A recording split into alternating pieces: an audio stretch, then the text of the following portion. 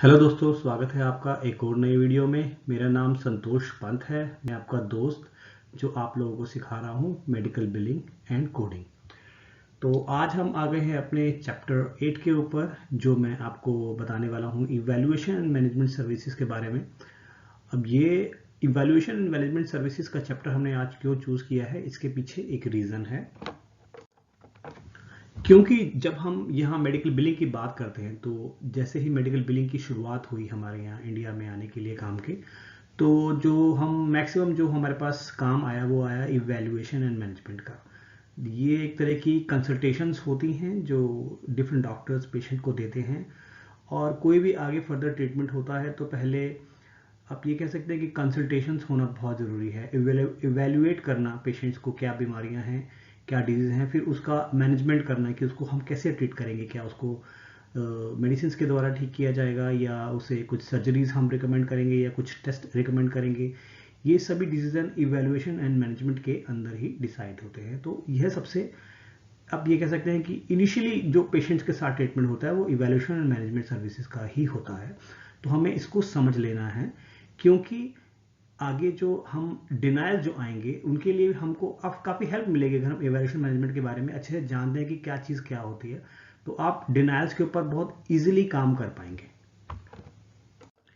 अब मेरे आने वाले चैप्टर्स में मैं आपको जिस तरह से नए नए चैप्टर्स के बारे में बताऊंगा, उसी के साथ में आपको जो डिफ़िकल्टीज़ हमारे एआर के लोगों को आती है, जो डिनायल्स वो फेस करते हैं, वो सभी मैं साथ ही साथ बताता रहूँगा, जिससे कि आपको आपके डिनायल्स के क्वेश्चन भी सॉल्व होते रहेंगे।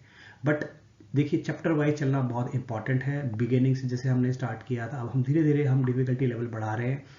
अगर हम सडनली ही डिफ़िकल्ट चीज़ों के ऊपर आ जाएंगे तो काफ़ी लोग कंफ्यूज हो जाएंगे, बीच में काफ़ी चीज़ें छूट जाएगी हमारी। इसलिए मैं प्रोसेस वाइज चलना चाहता हूँ, जिससे कि हम लोग को चीज़ें ईजिली समझ में आएँ और हम आगे अपने प्रोसेस में काम कंटिन्यू रख सकें।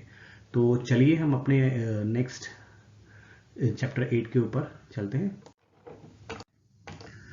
तो हम आज बात कर रहे हैं इवैल्यूएशन मैनेजमेंट सर्विसेज की। अब इसमें आप जान लेते हैं न्यू पेशेंट्स कौन होते हैं। अभी शुरुआत की वीडियो में हमने जान लिया था कि पेशेंट्स किसे कहा जाता है, प्रोवाइडर किसे कहा जाता है।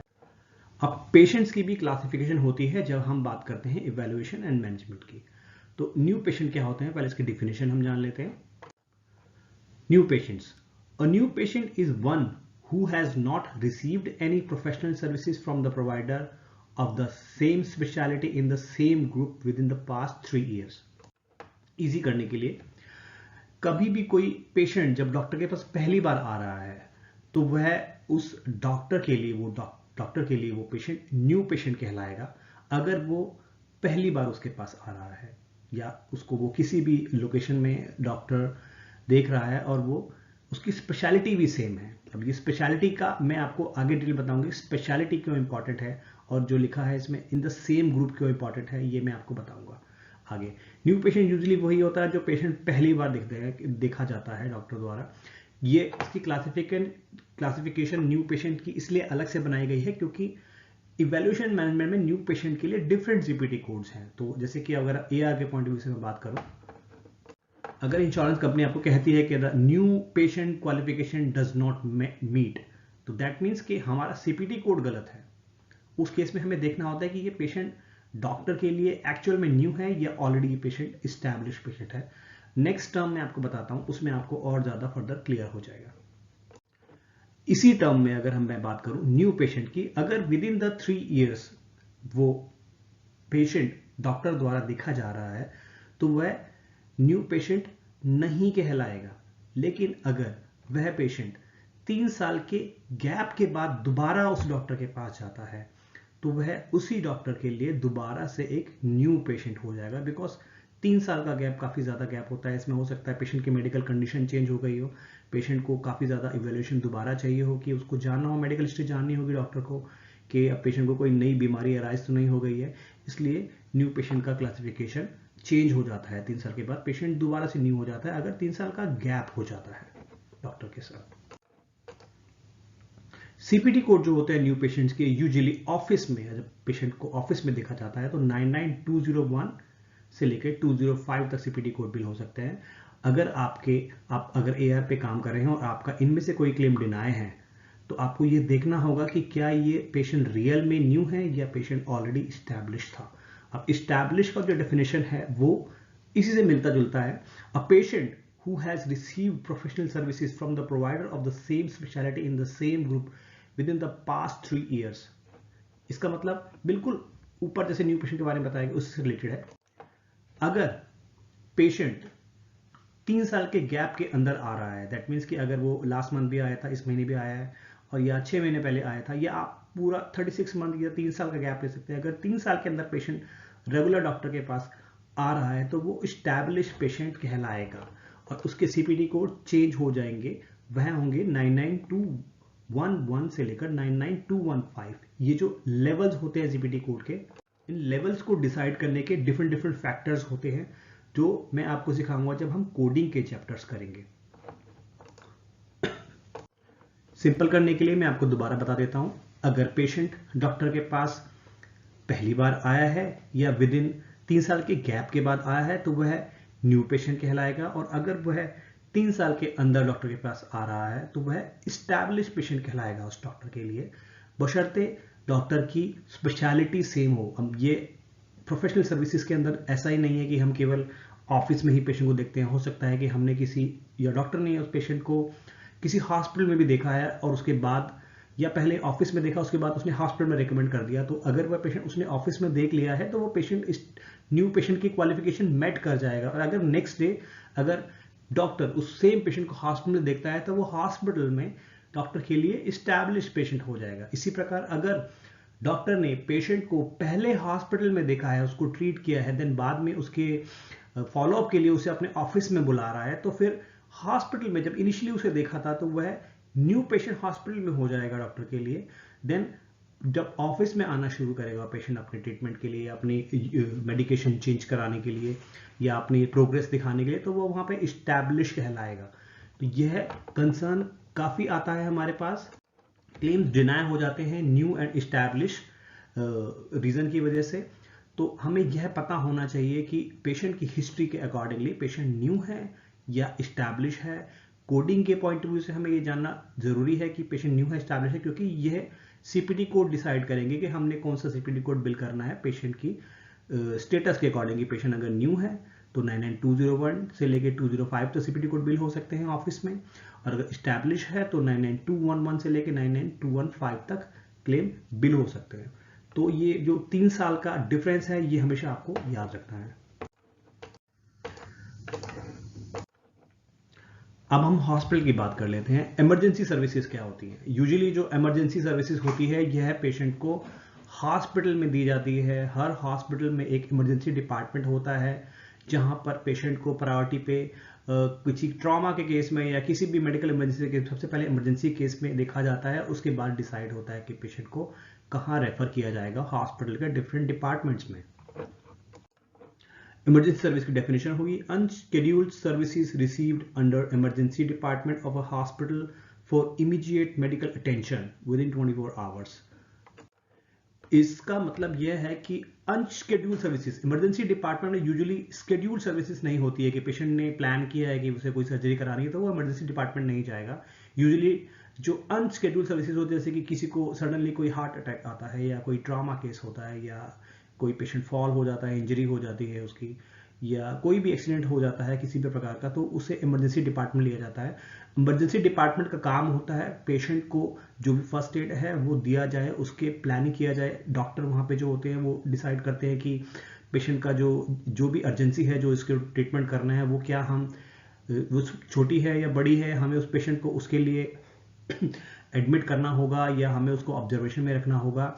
तो ये इमरजेंसी डिपार्टमेंट का काम होता है इसको देखना। तो इमरजेंसी डिपार्टमेंट में हमारे जो सीपीडी कोड बिल होते हैं वो यूजुअली 99281 और 99285 बिल होते हैं।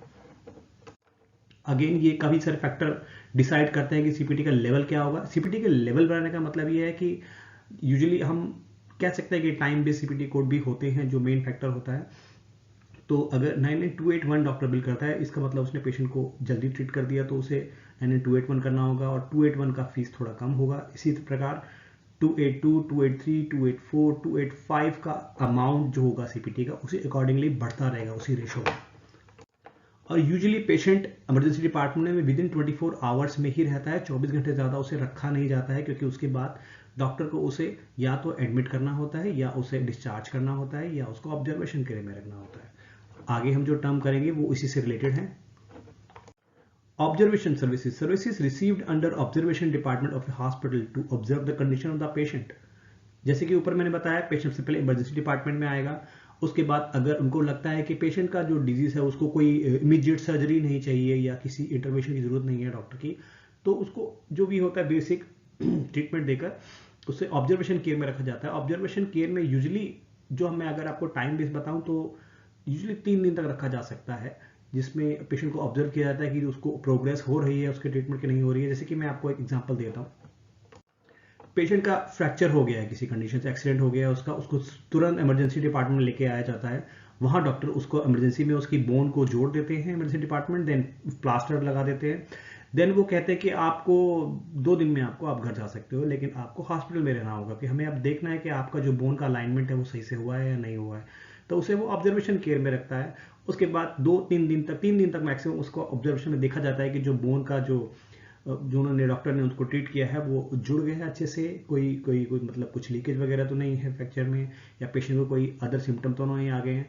और यूजुअली 72 आवर्स के बाद पेशेंट को डिस्चार्ज कर दिया जाता है ऑब्जर्वेशन केयर से। जो ऑब्जर्वेशन केयर के सीपीटी होते हैं वो होते हैं 99217 से लेकर 99226। इसके अंदर ऑब्जर्वेशन केयर में डिस्चार्ज जब करते हैं तो डिफरेंट सीपीटी कोड होते हैं, और जब इनिशियल ऑब्जर्वेशन में रखते हैं तो डिफरेंट कोड्स होते हैं, सब्सिक्वेंट ऑब्जर्वेशन में डिफरेंट सीपीटी कोड्स होते हैं, जो कि मैं डिटेल में आपको कोडिंग के चैप्टर्स में बताऊंगा। उसके बाद हम आ जाते हैं अपने इन पेशेंट सर्विसेज में। इन पेशेंट सर्विसेज में हमारे वह ट्रीटमेंट आते हैं जिन्हें डॉक्टर को लगता है कि ये 72 आवर्स से ज़्यादा ट्रीटमेंट में हमें टाइम लग सकता है। तो पेशेंट कई बार डायरेक्टली इन पेशेंट डिपार्टमेंट में आ जाते हैं, जिनकी या तो कई बार ऐसा होता है कि पेशेंट की शेड्यूल सर्जरी होती है, तो उससे पहले सर्जरी से पहले काफ़ी सारे टेस्ट चाहिए होते हैं, रिकमेंडेशन चाहिए होती है, ऑथराइजेशन चाहिए होती है, कई सारी चीज़ें होती है, तो उसके लिए पेशेंट को एडमिट कर लिया जाता है पहले, क्योंकि ये पता होता है डॉक्टर्स को कि इस सर्जरी के बाद पेशेंट को एटलीस्ट 10 दिन 15 दिन हॉस्पिटल में रहना ही पड़ेगा। जैसे कि मैं आपको बताऊं, कोई भी मेजर सर्जरी होती है, मैं बोन फ्रैक्चर की बात नहीं कर रहा हूँ, कोई हो सकता है कि ओपन हार्ट सर्जरी पेशेंट की हुई है या टोटल नी रिप्लेसमेंट हुआ है, जिसमें पेशेंट को बिल्कुल हिलना डुलना नहीं है या उसके टाँके जो होंगे वो खुल सकते हैं, तो इसलिए वो उसको पेशेंट को इन पेशेंट ट्रीटमेंट में रखा जाता है। यूजुअली जो इन पेशेंट सर्विसेज होती है वह मोर देन 72 आवर्स ही होती है।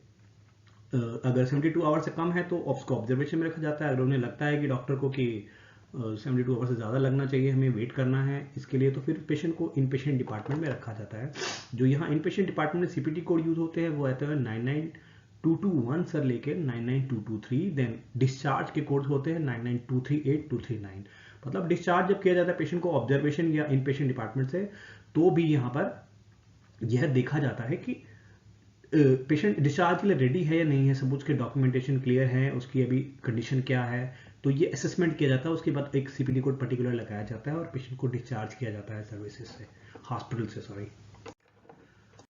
तो आज के वीडियो में हमने जाना कि इवैल्यूएशन मैनेजमेंट की सर्विसेज, एक्चुअली जो इवैल्यूएशन मैनेजमेंट का जो चैप्टर है कोडिंग बुक्स के अकॉर्डिंगली वो बहुत ही डिटेल में है इसमें, क्योंकि हॉस्पिटल के अंदर मल्टीपल डिपार्टमेंट्स होते हैं, जिसके अंदर आप ये कह सकते हैं कि नर्सिंग डिपार्टमेंट भी होता है नर्सिंग हॉस्पिटल्स के लिए, और इवैल्यूएशन मैनेजमेंट में कई सारे होते हैं, एम्बुलेंस भी होती है, एम्बुलेटरी सर्विसेज होती हैं। कई बार पेशेंट को जेल में ट्रीट किया जाता है, एम्बुलेंस के अंदर जो सर्विसेज दी जाती है पेशेंट को वो क्या होती हैं, उनके डिफरेंट सीपीटी कोड है।